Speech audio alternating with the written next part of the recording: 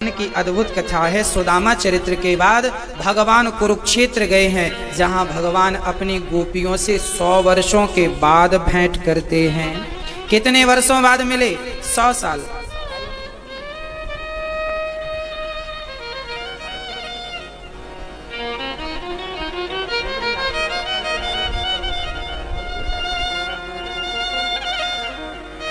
सुदामा के बाद भगवान अपनी गोपियों से कुरुक्षेत्र में भेंट करते हैं। वहां पर भगवान मिले हैं और मां यशोदा बिलख बिलख कर रोई, गोपियां रोई, भगवान से बहुत वार्ता हुई है। मां राधा रानी ने तो द्वारिकाधीश कह करके बुलाया है। हाँ, कैसे हो द्वारिकाधीश? अब तो तुम द्वारिकाधीश बन गए हो, अब तो हमारी आपको जरूरत नहीं है। हाँ, अब भगवान श्री कृष्ण गोपियों का हाल चाल सब जानते हैं और अद्भुत बड़ी महिमा है गोपियों की। बहुत दिन तक वहां मिलना जुलना हुआ और माँ रोहिणी ने कृष्ण की जो कथा सुनाई ना, कृष्ण के सामने जब माँ रोहिणी ने कृष्ण की कथा सुनाई, कृष्ण के जाने के बाद ब्रज में क्या क्या वियोग हुआ, जब ये वार्ता भगवान ने अपने कानों से सुनी ना, तो जानते हो क्या हुआ? भगवान पिघलने लगे। भगवान पानी बनकर पिघल गए।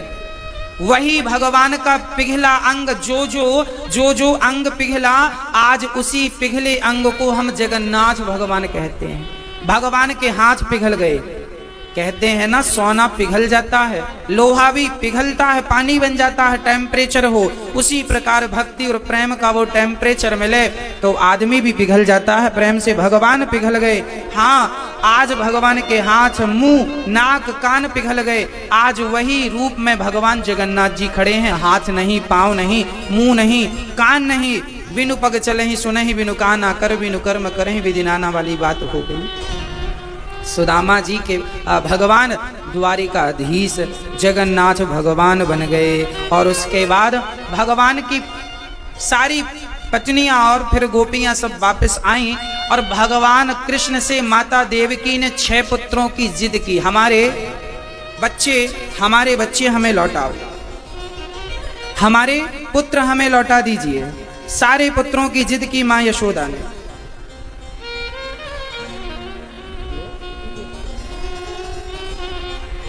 मां देवकी ने भगवान से क्या मांगा? हमारे पुत्र लौटाइए। कौन से पुत्र? अरे जिन पुत्रों को कंस ने मार दिया था, है ना, उन पुत्रों को मां देवकी ने कहा कि आप हमारे पुत्र लौटाइए, क्योंकि आप भगवान हैं। मां देवकी अपने मरे हुए पुत्रों को चाहती थी, जबकि यशोदा कृष्ण के सिवा किसी को नहीं चाहती थी। यही अंतर है। देवकी माँ की चाहत कृष्ण के सिवा भी कुछ थी, जबकि यशोदा माँ की चाहत कृष्ण के सिवा कुछ नहीं थी। यही अंतर था यशोदा में और देवकी। भगवान ने वापस किए उनके मरे हुए बच्चे, यमपुरी से ला कर दिया। यही भगवान की भगवत्ता प्रकट हो रही है कि भगवान मरे को वापस ला सकते हैं सालों बाद। ये सामर्थ्यता भगवान में लाए हैं। ये प्रसंग यही है। फिर भगवान के हृदय में भृगु जी ने एक लात मारी है और भगवान ने चरण पकड़ के कहे हैं कि आपके चरण बड़े कोमल, मेरी छाती बड़ी कठोर, कहीं चरणों में चोट तो नहीं आ गई। तब भृगु जी समझ गए कि आप ही प्रथम वंदनीय और आप ही प्रथम पूजनीय हैं। हाँ, इस प्रकार भगवान की अद्भुत चर्चा हुई है और भगवान का बड़ा पावन चरित्र हम लोगों ने सुना। भगवान के पुत्र पौत्रादियों में सांब नाम का एक पुत्र था, जो पेट पर कपड़ा बांध के गया, संतों का अपमान किया। सारे संतों ने श्राप दे करके कहा कि तुम्हारे पुत्र जो तुम्हारे बहू बनकर गया, धोती पहनकर, बोला पेट में बेटा है कि बेटी? संतों ने कहा संतों का अपमान कर रहे हो, परीक्षा ले रहे हो, जाओ श्राप देते हैं, ना बेटा होगा ना बेटी, तुम्हारे वंश को नाश करने वाला मूसल प्रकट होगा। कपड़ा हटाकर देखा, मूसल निकला, चूर्ण करके उसे भगवान के पुत्रों ने समुद्र में फेंका। वो एक घास बन गई। उसी घास से सारे यादवों का आपस में संहार हुआ। अब दत्तात्रेय जी के 24 गुरुओं की चर्चा आती है।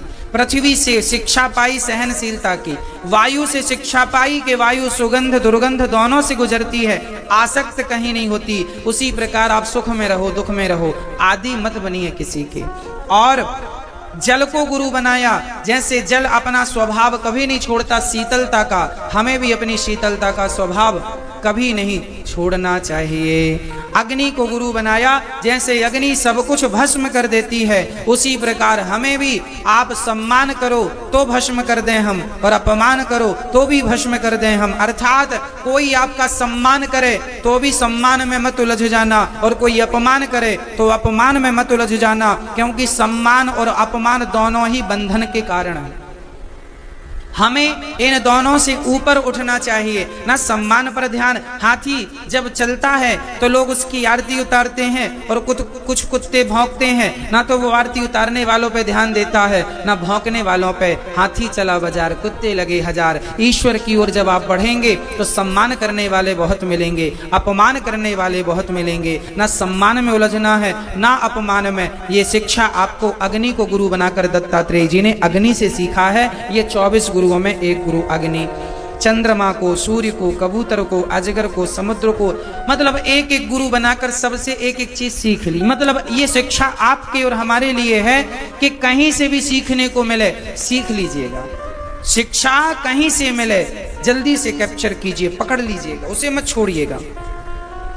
अंत में प्रभास क्षेत्र गए, सारे यादव आपस में शराब पीकर उन्मत्त हो गए, मदिरा पीकर उन्मत्त हो गए, और सारे यादव आपस में ही लड़कर समाप्त होने लगे। भगवान ने देखा कि अब समय पूरा हो गया, 125 वर्ष की लीला पूरी हो गई। भगवान ने धराधाम को छोड़ करके जाने का प्लान किया, और भगवान सब कुछ छोड़कर जाने लगे। पूरा परिकर भगवान के धाम चला गया। गोपियां, ब्रजवासी, माँ यशोदा, नंद बाबा, देवकी, बलराम जी सबके सब भगवान के धाम को चले गए। और अंत में भगवान एक सरोवर के पास बैठे थे, पेड़ की छांव में। एक बहेलिए ने सोचा कि कोई मृग है, और भगवान के चरणों में एक बाण मार दिया, और भागा भागा आया तो भगवान के चरणों में बाण तो लगा, पर भगवान मुस्कुरा रहे थे। बहेलिया पहचान गया, प्रभु क्षमा करिए, गलती हो गई, बाण मार दिया हमने। भगवान ने कहा कोई बात नहीं, तुम्हारी क्या ताकत कि तुम मुझे मारोगे, तुम्हारी मैं सदगति करता हूं। भगवान ने उसकी सदगति की और स्वयं जाने की अब तैयारी करते हैं। अर्जुन आए, भगवान से कहते हैं प्रभु आपके बिना हम सब कैसे रहेंगे। भगवान ने अंतिम ज्ञान दिया, भगवान का वही ज्ञान, ये पूरी भागवत थी। भगवान ने जाते जाते कहा कि मैं जा नहीं रहा हूं, मैं भागवत में समा रहा हूं। जहां जहां भागवत होगी वहां वहां मैं प्रकट होकर अपने भक्तों का दुख दूर करूंगा। इसलिए भागवत में जन्मोत्सव मनाया जाता है। यशोदा के पास और देवकी के गर्भ से तो एक बार भगवान ने जन्म लिया, पर भागवत में तो भगवान बार बार, जितनी बार सुना उतनी बार जन्मोत्सव होता है, उतनी बार भगवान का जन्म होता है, उतने विवाह, उतनी चर्चाएं। कृष्ण तब एक बार आए थे, अब भागवत के माध्यम से बार बार आते हैं। तो ये भागवत ही भगवान का वांगमय स्वरूप है। और भगवान धराधाम को छोड़कर जब चले तो भगवान के शरीर को अर्जुन ने चिता पर रखा। पूरा शरीर तो जल गया भक्तों, पर भगवान का जो हृदय था वो जला नहीं। उस हृदय को अर्जुन ने भगवान के आदेश पर समुद्र में फेंका। वही हृदय समुद्र की लहरों ने जगन्नाथ जी पहुंचाए, और जगन्नाथ जी भगवान के भीतर भगवान कृष्ण का हृदय आज भी हृदय धड़क रहा है। वही हृदय, ये चर्चा मैंने आपसे एक दिन और कही थी, ये कथा की पूर्ति पर यही चर्चा कि द्वारिका जगन्नाथ भगवान जो हैं वो भगवान कृष्ण ही हैं, जगन्नाथ बन के खड़े हैं। आज भी उनका हृदय हमारी और आपकी तरह धड़क रहा है। आज भी उनका हृदय परिवर्तन होता है। पुराने भगवान जी शमशान उनका है, नए भगवान जी आते हैं, फिर उनमें हृदय स्थापित किया जाता है। ये आज भी हमारे भारत की आज भी परंपरा है, आज भी वहां पर ये चीजें हैं। तो भगवान चले गए और राजा परीक्षित का 7 दिन पूरा हुआ। सुखदेव जी वहां से विदा भये, सूर्य अर्घ दे रहे थे तो तक्षक ने डस लिया, राजा परीक्षित की सदगति हुई। जो भागवत सुनता है उसकी निश्चित सदगति होती है। परीक्षित इसके एग्जाम्पल उदाहरण है। और सुखदेव जी वहां से चले गए। जनमेजय ने यज्ञ किया सर्पों को मारने के लिए। जन्मेजय के यज्ञ को संतों ने पूरा किया। और अब मैं 7 दिन की सूची आपको सुनाता हूँ और प्रेम से आरती की ओर आपको ले चलता हूँ, कथा की पूर्णता की ओर ले चलता हूँ।